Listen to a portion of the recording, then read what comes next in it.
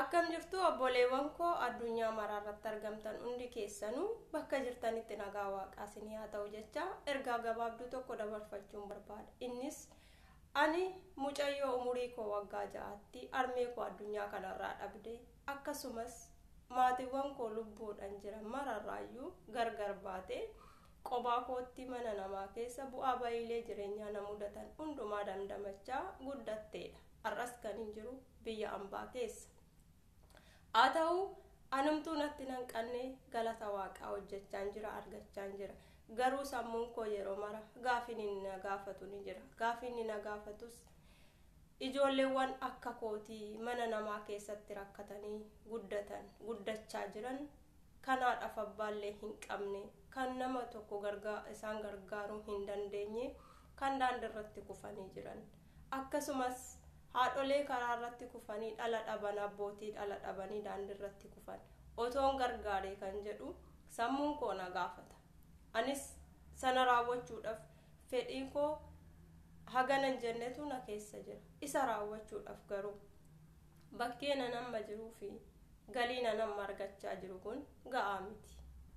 Gaafan bana kana dhiisee gara biyya kootitti deemee galii nan argadhu kuni ni dhaabbata. Tarii galii adda ta'e argachuu dhiisuu hin danda'a. Namoota kana gargaaruu miti ofii koollee gargaaruu dhiisuu hin danda'a akkan barbaadetti. Kanaaf wanti nan itti fufee otoo addaan hin kutiin hojjechuu hin danda'a jedhee yaade tokko yuutuubii hojjechuu ture. Anis yuutuubii baneen jira. Yuutuubii gaafan banugaa wanta achirraa argadhu rabbiin na gargaaree galma yoon qaqqabe galiin achirraa argadhuun namootan ijoolleewwan amma jedhe kana ittiin gargaaruu hin danda'a gara fuulduraatti fufuu hin danda'a jedhee waan hin yaadeef.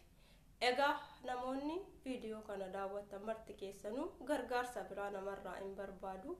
Yuutuubii koo jala seenuudhaan sabskiraayib naaf gochuudhaan akka na guddistan maqaa waaqayyootiin isiniin gaafadha.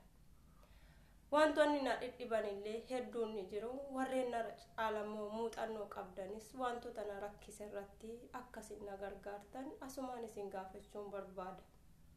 Maqaa yuutuuba kootis warreen kanaan dura argitanis jiraachuu dandeessu. Warreen haaraa taataniif caaliituub walisoo jedha viidiyoo gubbaarratti kan inni isinii barreessu ta'a. እንዲሁም የኦሮምኛ ቋንቋ ለማትችሉ እህት ወንድሞቼ በያላችሁበት እግዚአብሔር ሰላምታ ይድረሳችሁ ያልኩ አንድ መልእክት ማስተላለፍ ፈልጋለሁ። እሱም ምንድነው እኔ በ6